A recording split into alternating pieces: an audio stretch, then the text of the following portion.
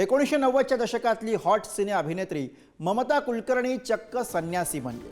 किन्नर आखाड्याच्या महामंडलेश्वर म्हणून ममता कुलकर्णीनं साध्वीपणाची दीक्षा घेतली। त्यापुढे ममता श्री यमाई ममता नंदगिरी या नावाने ओळखली जाणार।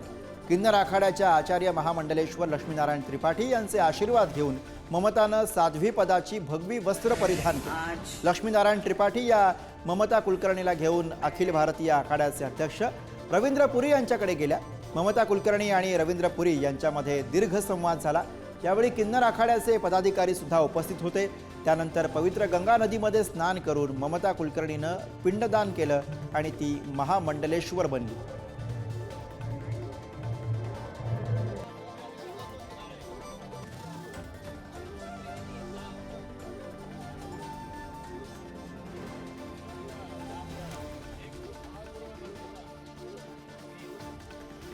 लक्ष्मी नारायण त्रिपाठी को चुना बिकॉज आज शुक्रवार है और सर्वप्रथम आज महाकाली का दिन है और मुझे कल महामंडलेश्वर बनाने की तैयारी चल रही थी। मुझे पूछा गया तो लेकिन आज मुझे महाशक्ति ने आदेश दिया कि मुझे ये चुनना है लक्ष्मी नारायण त्रिपाठी जी को, बिकॉज वो साक्षात अर्धनारेश्वर के स्वरूप है। और इससे बड़ी मेरे लिए क्या उपाधि हो सकती है कि एक अर्धनारेश्वर के हाथ मेरा पट्टा अभिषेक हो रहा है। जय श्री महाकाल, ओम नमो नारायण। किन्नर अखाड़ा ममता कुलकर्णी को महामंडलेश्वर बनाने जा रहा है। उनका नाम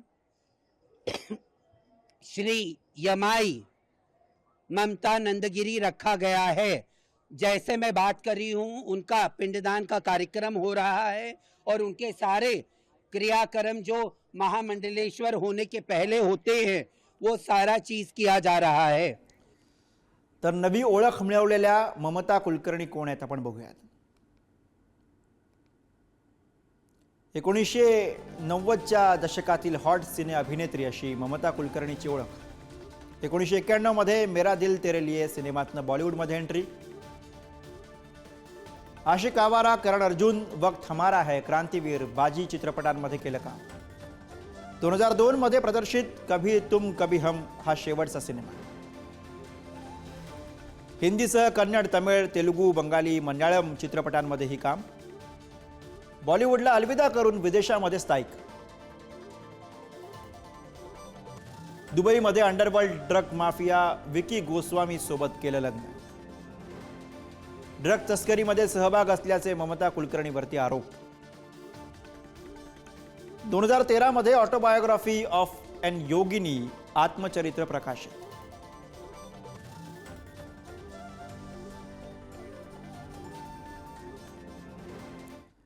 दरम्यान महंत सुधीर दास यांनी यावरती काय प्रतिक्रिया दिली बघूयात। सर्वात प्रथम आखाड्याला निवेदन द्यावं लागतं।